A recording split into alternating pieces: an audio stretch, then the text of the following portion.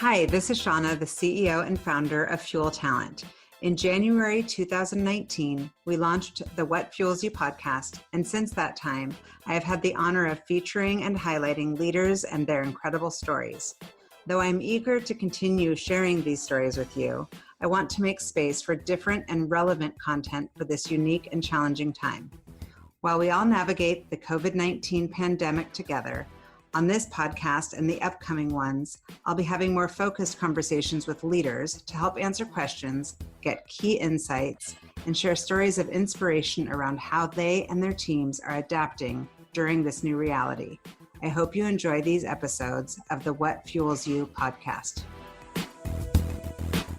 Today on the What Fuels You podcast, I'm joined by Dan Shapiro. He's here again. He's the CEO of Glowforge. Starting 5 years ago as the biggest 30-day crowdfunding campaign on record, Glowforge produces the iconic 3D laser printer. Glowforge recently announced that printer owners have created over 10 million products. When COVID-19 arrived, Dan wanted to get involved.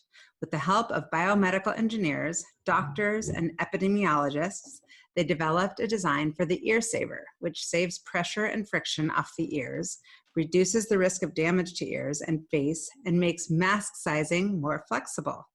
Glowforge's 2 Million Essential Ears initiative is helping create and distribute these ear savers for free to anyone wearing a mask to help keep us safe.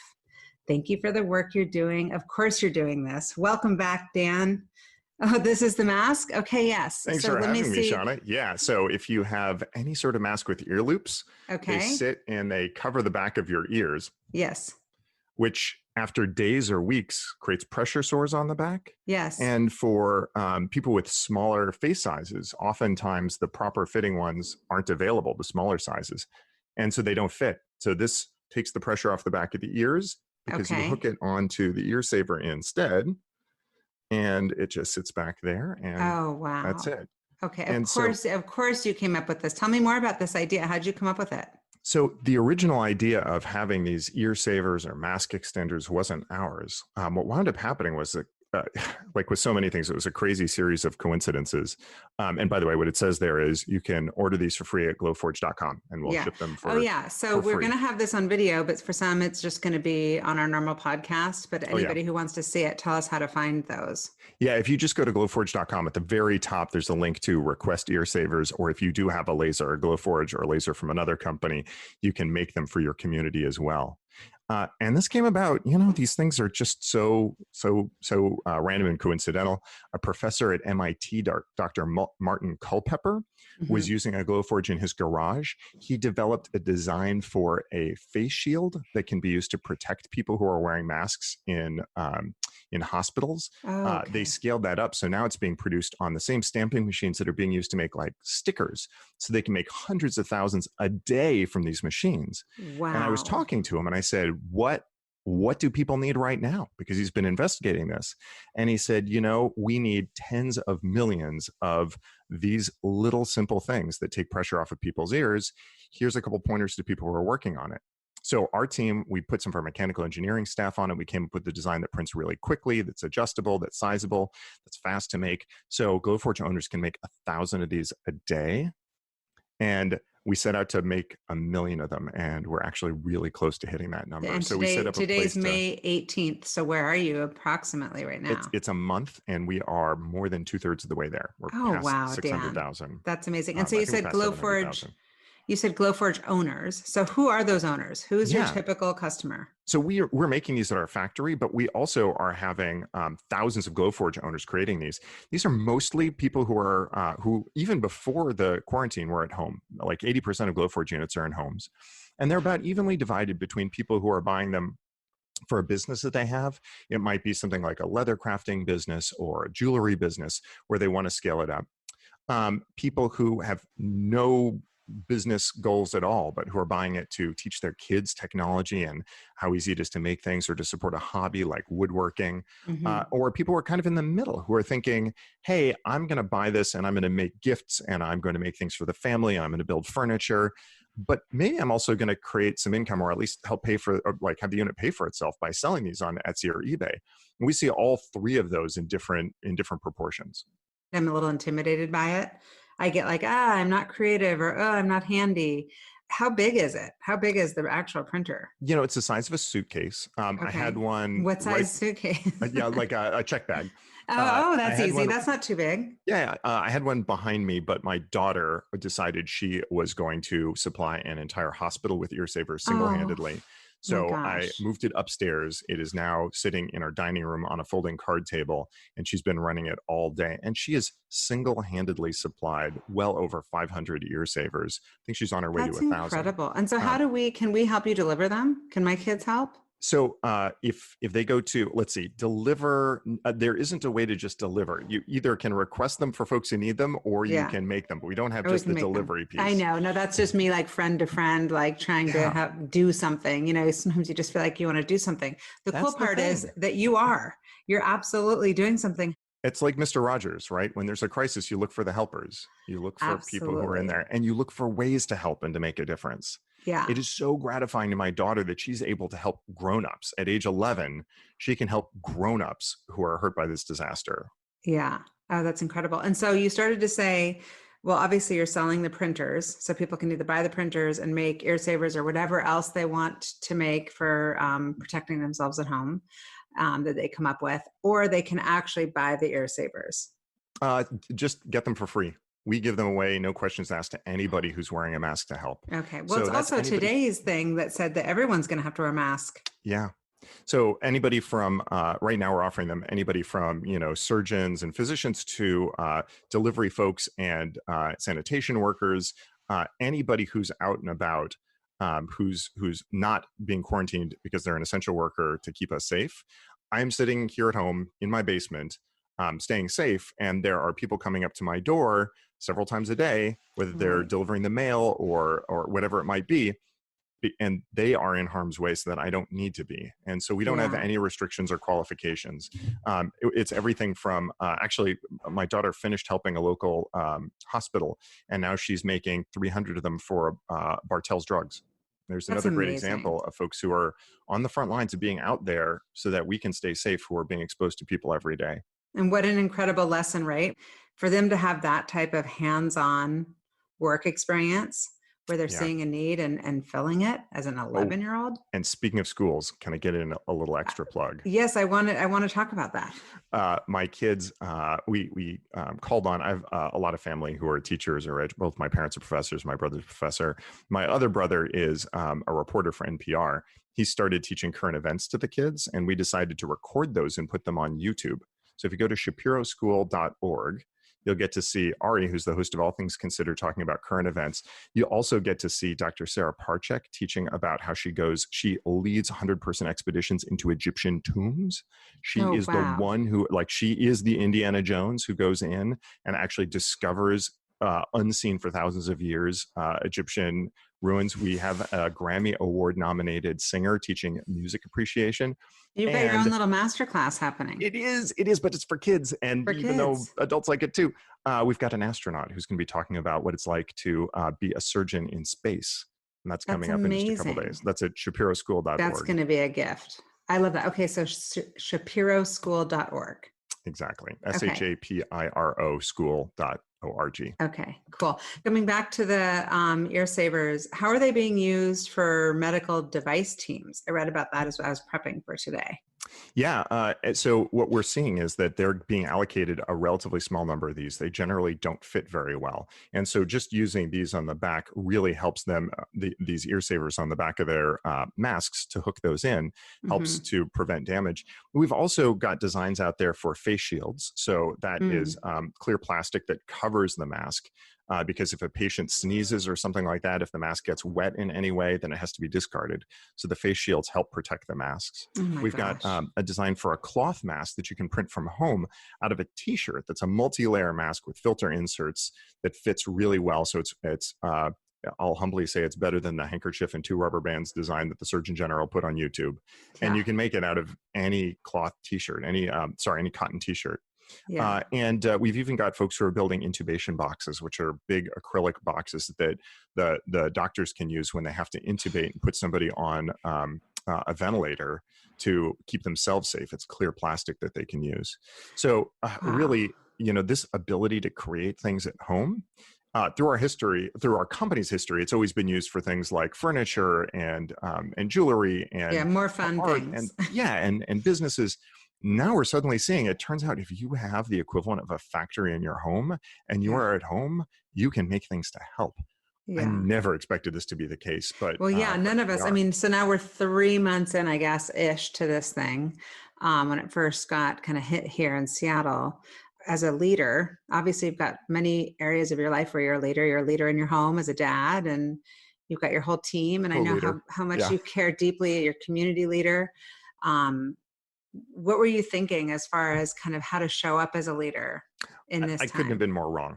So when it comes to helping with the crisis, I started out and I said, there is no way in which hospitals are going to accept homemade medical equipment. Mm-hmm. And all the people who are out there saying we're going to go make medical equipment are just, being full of Delusional. Yeah. wishful thinking, right? That's not going to help. It's going to create noise and gum up the works. I had no idea it was going to get this bad.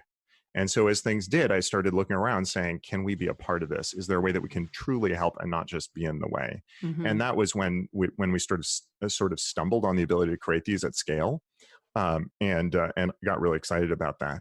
On the company front, it was a matter of how do we go and take care of our people? It's one of our 4 cultural cornerstones is take care of each other. And what does that look like in the midst of a global pandemic? The closest experience I've heard of from anybody in my lifetime is my mother-in-law who lived through the London Blitz. Mm. And she was also teaching a class to the kids about World War II and about what that was like. And I don't know of anything other than that, people hunkering in their homes, afraid for their lives for weeks and months on end. In fact, it looks like this may be longer than that.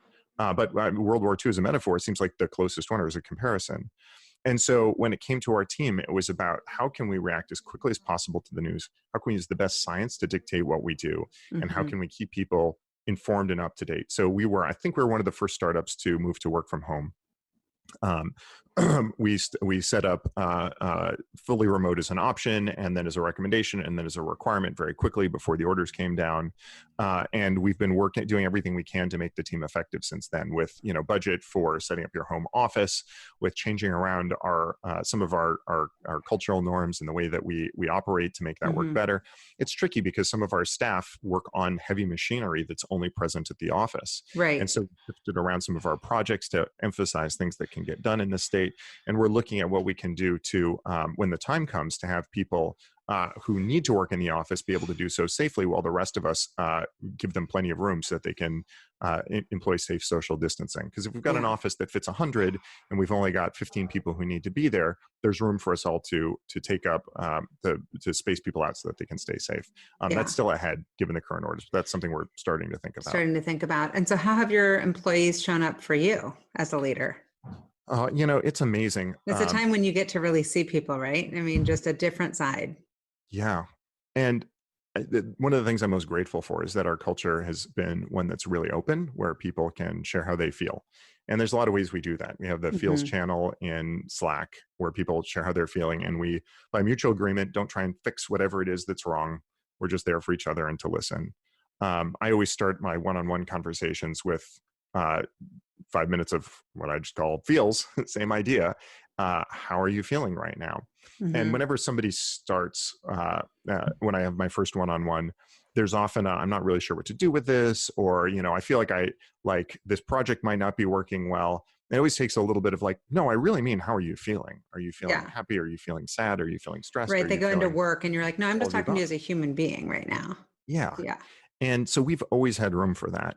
And what that means is that, we are all going through every stage of joy and despair, all the stages of grieving, as well as celebrating our accomplishments and milestones, all simultaneously. That's the strangest thing from an emotional standpoint about where we're at, is you'll have somebody who just lost a loved one to the disease, sitting there on a call with somebody who, just managed to accomplish something tremendous that they've been working on for 6 months. And that's always true, but it never feels more present than now. And those people have to connect and work together. Yeah. I am as fortunate and privileged as it could possibly be. I'm somewhere safe. My family is safe. We're able to live relatively normal lives from home. I have a job that I can do remotely. And thank goodness, although the start of the crisis looked pretty dire, we've managed to stabilize and even grow the business through that. Yeah. And we're in Yeah. I good wanted shape to now. ask you about that. How is the business doing? I know you're gifting these, but I'm also thinking that maybe kids are, how's that business like as far as parents thinking about ways that their kids can get creative or even do this like stay at home business? Or I know you were working with the education system to try to get them into schools. Who are the customers right now relative to who they were, and why are they buying? Yeah, the educational conversations are still ongoing, although a lot of the near-term purchasing is on hold. And 80% of Glowforge units have always been a personal purchase. They've always gone into a home, and so that hasn't changed. Mm-hmm. When the crisis first started, it was terrifying. Our sales dropped in half, and for a while, I was looking at this going, do we have to cut our company to half its size in Yeah. order to survive? And how could we possibly do that and keep making these incredibly complicated machines and so on and so forth? That stabilized. And then as things How started did to, it stabilize? How did that happen? uh, it's hard to really put a, like, it's hard for us to say, oh, here's what happened here. The Yeah. best I can say is that our business trajectory followed a little bit of the zeitgeist. First, there was kind of denial. Everything just kept going fine. And then suddenly everything stopped and everything shut down as some of the quarantine orders started kicking in. People started staying at home. And we couldn't really put our finger on what was going on. And then we made some changes. We started our first, when it was early in the course of the disease, we said, we don't want to be the ones who are saying, hey, because of this disease, you should do this. Or we didn't really want to acknowledge it, frankly. Like, if there's if there's a big news story, we're generally not the ones to say, because of this big news story, you should buy our product. It didn't quite feel right. Right. And so then we sat there looking at it going, no, the world's really changed. People are now working from home in ways that they've never had to before. The outlook in the world has changed. And frankly, for us to ignore this now feels tone deaf and feels like we're not really speaking to the people who want us to be communicating with them. So we changed a lot of our conversations around this and started being a little more authentic and talking about how, like, we're stuck at home. And now while we're at home, there's things that we could do that we couldn't do before. And here are some of the options to do that. Mm-hmm. I've also really been concerned about the notion of well, I see people out there doing what I'd call profiteering, who are trying to make money Totally. out of fear and make money out of scarcity and take things that people need and make money from them, and said, how can we do the opposite of that? Be So of abundance. Yeah. yeah, like, so all the designs that we've created for that we think can help, we give away for free. We're sharing those on our forum. We're sharing those online. We're giving away the ear savers themselves for free. We're connecting people who own Glowforge units with people who need them so they can make them and give them away for free. That's amazing. And our business is doing well in this environment. But I think it's doing well because the new normal is that while we're stuck at home, we want to be able to provide for ourselves and our families and our loved ones and our friends. Being able to make things for ourselves, gift things, to be able to sell things while we're stuck here at home is powerful. And so that message that we've always had is starting to resonate more, and Absolutely. we're able to communicate that better, even at the same time as this catastrophe is striking so many of us. Yeah. So for me, going into this crisis, question number one was, how do I keep everybody employed? Yeah. Well, I want to talk about that because I want to get into the PPP money, and I know that you turned it down. But before that, you were starting to talk about like the business. First of all, the team being stable and just showing up, and a lot about feelings and transparency and all of that. But I also know, because we've done some work together, that you guys are recruiting. And so how do you attract talent right now, and how do you interview them, and how do you vet them? Do you hire people without ever having met them physically? We do. We have, and we're going to continue to. We employ coming up on 100 people directly. There's about 15,000 people who depend on Glowforge directly or indirectly for their livelihood, through our contractors, through people who use it for their business, et cetera. And maintaining that and helping people keep their jobs in this crisis has been critical. It's only recently that we've looked at it and said, we actually think we can be additive and we can bring in some people to help. We made a huge round of cuts. We took executive pay cuts We didn't have to do pay cuts for individual employees, thank goodness. And we postponed major projects. We shut down a whole set of things that we could around the office costs. But coming out of that, we looked and said, gosh, I think there's a few things where we can actually bring staff on board. So we are recruiting now for a whole host of different roles where we think people can really make a difference for the company in the crisis. We're doing 100% remote interviews, and that's video chat, usual phone screens, and then video chat. Right now, I think all the roles that we're interviewing for, we've always been Seattle and office-based, and for the time being, that's not changing. We're still expecting that everybody will be in Seattle and come into the office when times get a little more normal. And that's always something that, in the future we're looking at if that's something that's going to change. But especially at a hardware company, there's a tremendous value to being in the same place around the hardware and being able to work together on physical projects. That's made things difficult now, and we found ways to work through it. But definitely the consensus is probably most people are less effective now that they're working from home, and and it's a struggle to still be able to be effective, especially for those teams that are working closely with hardware or that typically work together in small groups in person. And we're managing that, and we're doing the best we can to support people through that. And get people back to a place where we can all be at the same place at the same time. Yeah. We had a thing that somebody told me a few people told me they wound up almost crying, which was our customers sent us this unbelievable gift. It was a 60-sided sculpture where customers each created one of the different sides of the sculpture, and everyone was different. And some were artistic engravings, some were intricate working gears, and some of them were flip signs that you could turn around, and some were leather and wood and everything you can imagine. And apparently our customers started working on this in February before this even started, and then had it delivered to my house, where I live streamed to the whole company and unboxed it.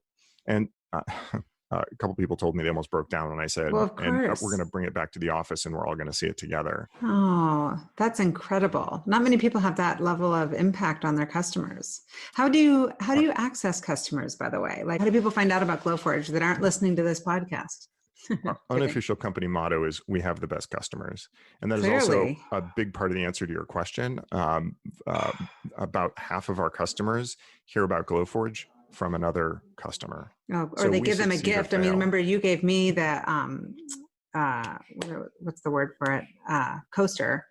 And then you came gifting, and I was like, okay, wait, how cool is this?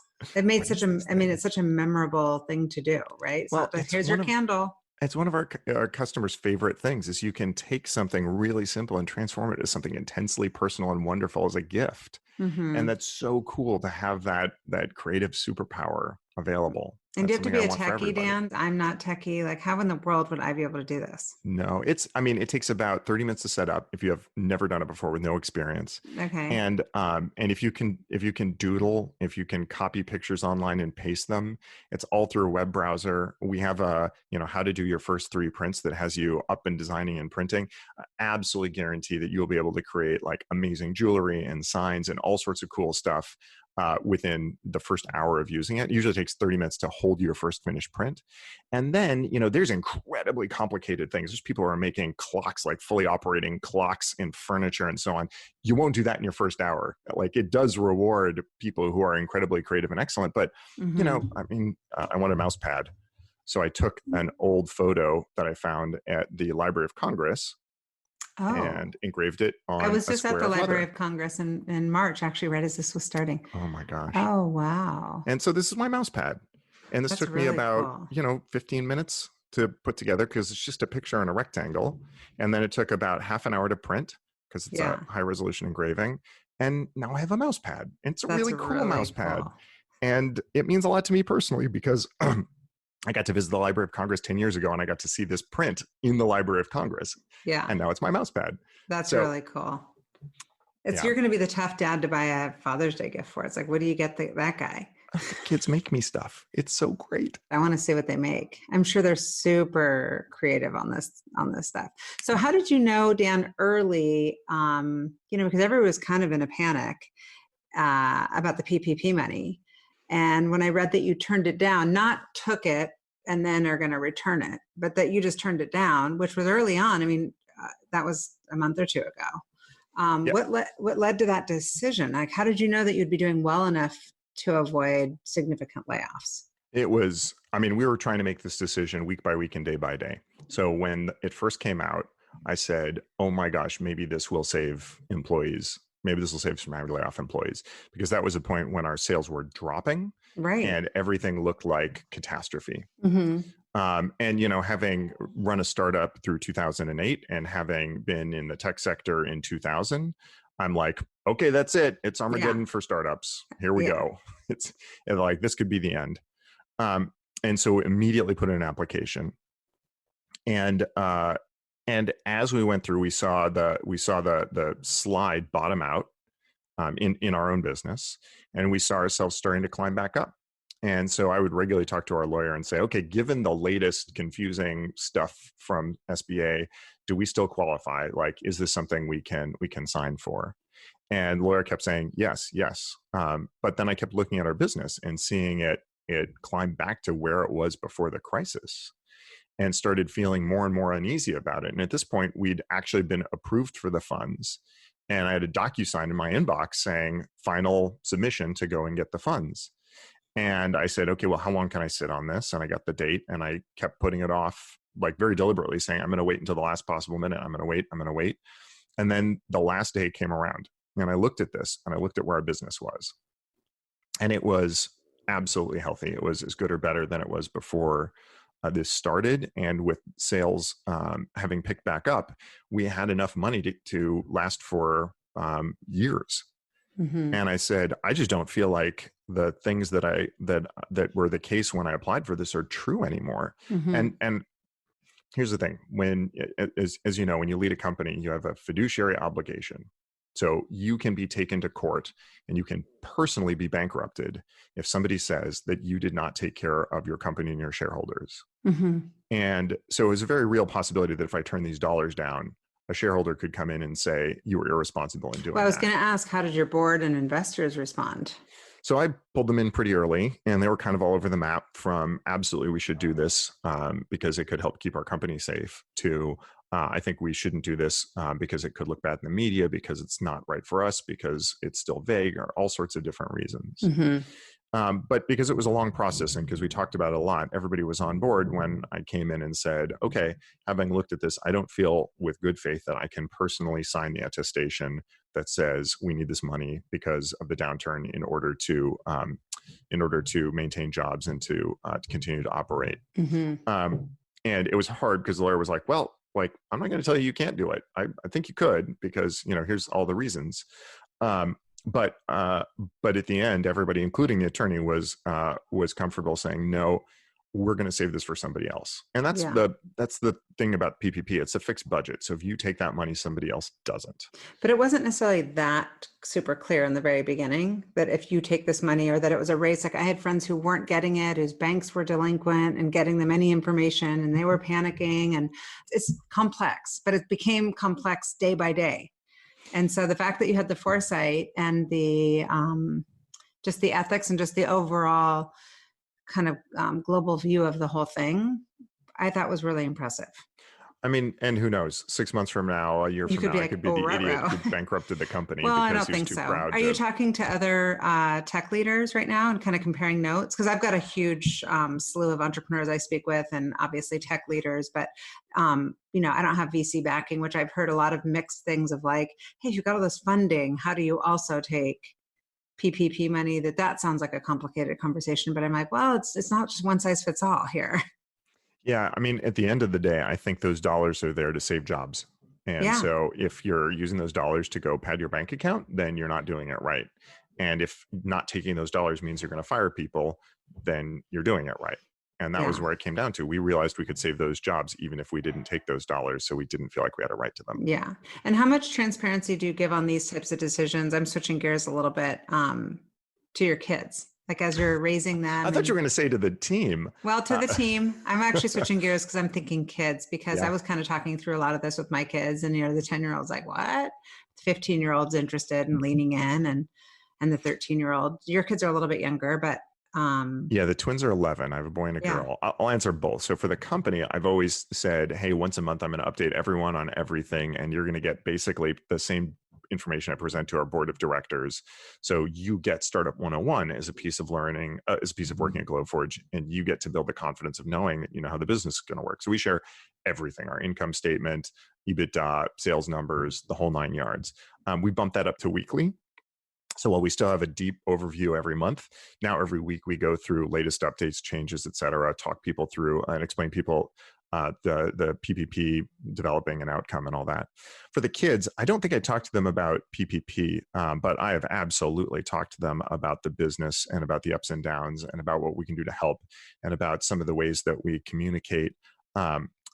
They have different excitement and interest in different pieces of the business, and so I'll talk to them about the part that's most interesting to them.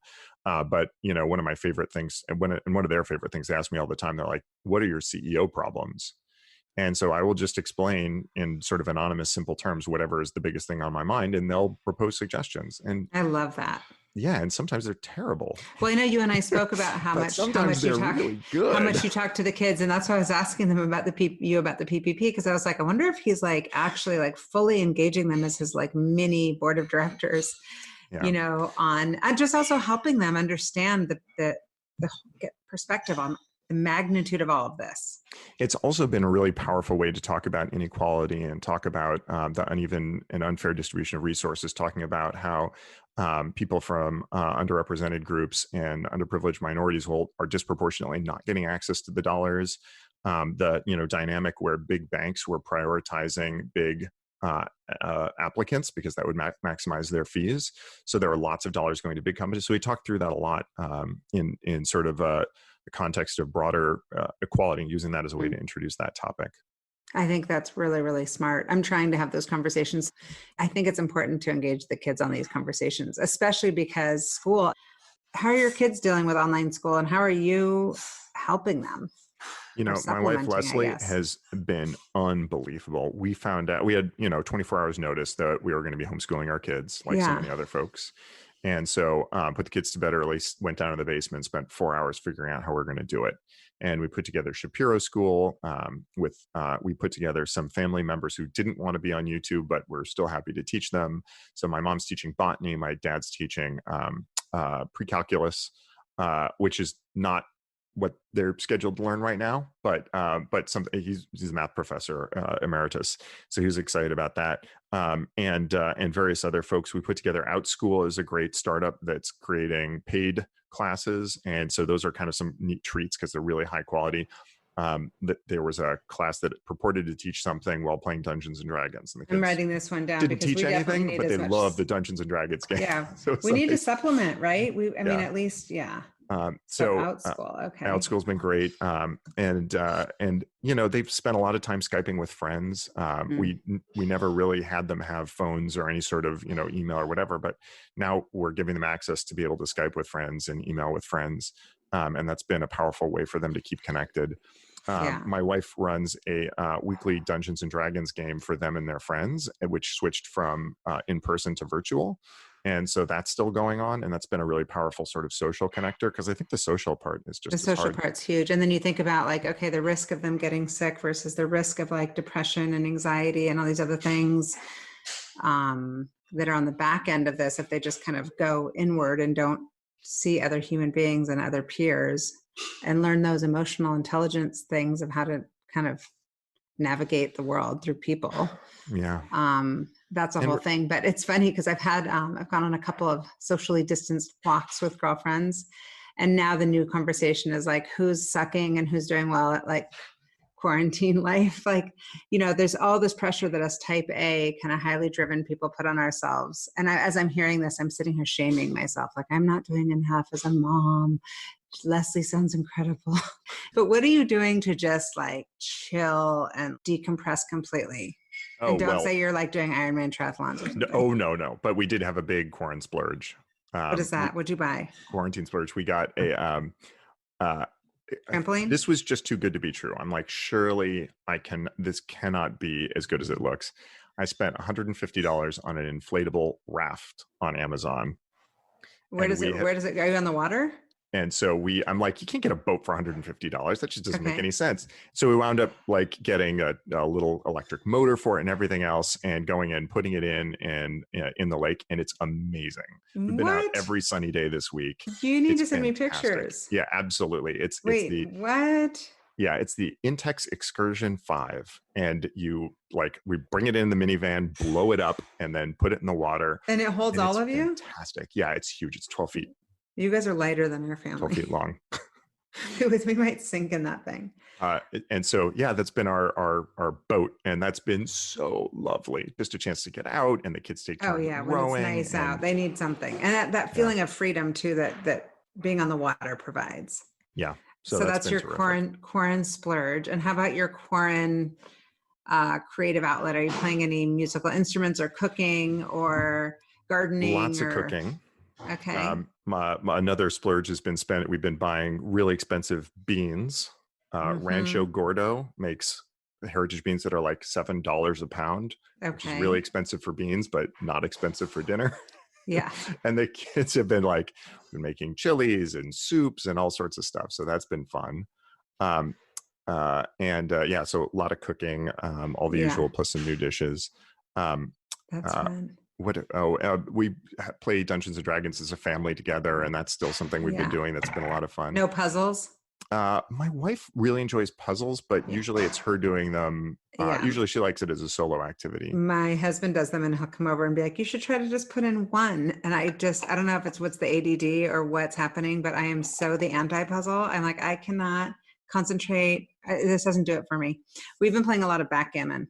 That's great. Tons of backgammon. And then we've been doing board games. I'm trying to learn how to play Mahjong online with some high school friends, like the old lady game, which I'm excited about. But we've had a new game that we've been playing with friends via Zoom, which is Frequency. Okay. No, sorry, Wavelength. It's not Frequency. It's called Wavelength. And it's really clever, and it's very simple. Let me be sure I have the right one. I'm writing it down. Wavelength. I'm putting notes all over the place in like a scribbly type of way. And I'm going to look at it and go, wavelength. Yes, if I don't write down like Dan Shapiro game, I'm going to be like, wavelength. What was that about? It is the idea is that you get a range from like the range. One of the clues was from Star Wars to Star Trek, and you give one clue. Okay. And they have to guess where it is on a scale from Star Wars to Star Trek. Oh, geez. And so I think the clue was something like aliens who are really just people wearing latex masks. And the answer is that's like 80% Star Trek and 20% Star Wars. Or you would know that. I would not know that, but yes. So that was like one of the geeky questions. There was also like, good recipe, bad recipe, or I like that. That I might be able to play with. It's really fun and a great one to mess around with. Also, the Magic Puzzle Company has a Kickstarter going right now that I am excited about, since you mentioned puzzles. Okay, Magic Puzzle Company. They're beautiful puzzles. I think I saw this. I think I saw this. Are those the ones that are like rainbow cool? Or, I don't know. I'm getting targeted. No, these are like a whole story told in a giant piece of art, where every piece of the puzzle is a little piece of the story. Oh, okay. Maybe this is my Father's Day gift. Oh yeah, they'd be perfect. Hopefully he won't listen to this podcast between now and then. I'll block him. I won't tell. Don't tell him. Okay, awesome. I'm so glad to see you. Anything else that you want to share with our listeners before we peace out on this Monday? I just got to say, it is such a crazy time. Like, I'm constantly looking at my own self, and some days I'm just miserable, and I feel guilty for being miserable because things are so great and the world around us is burning, and I'm like, and here I am.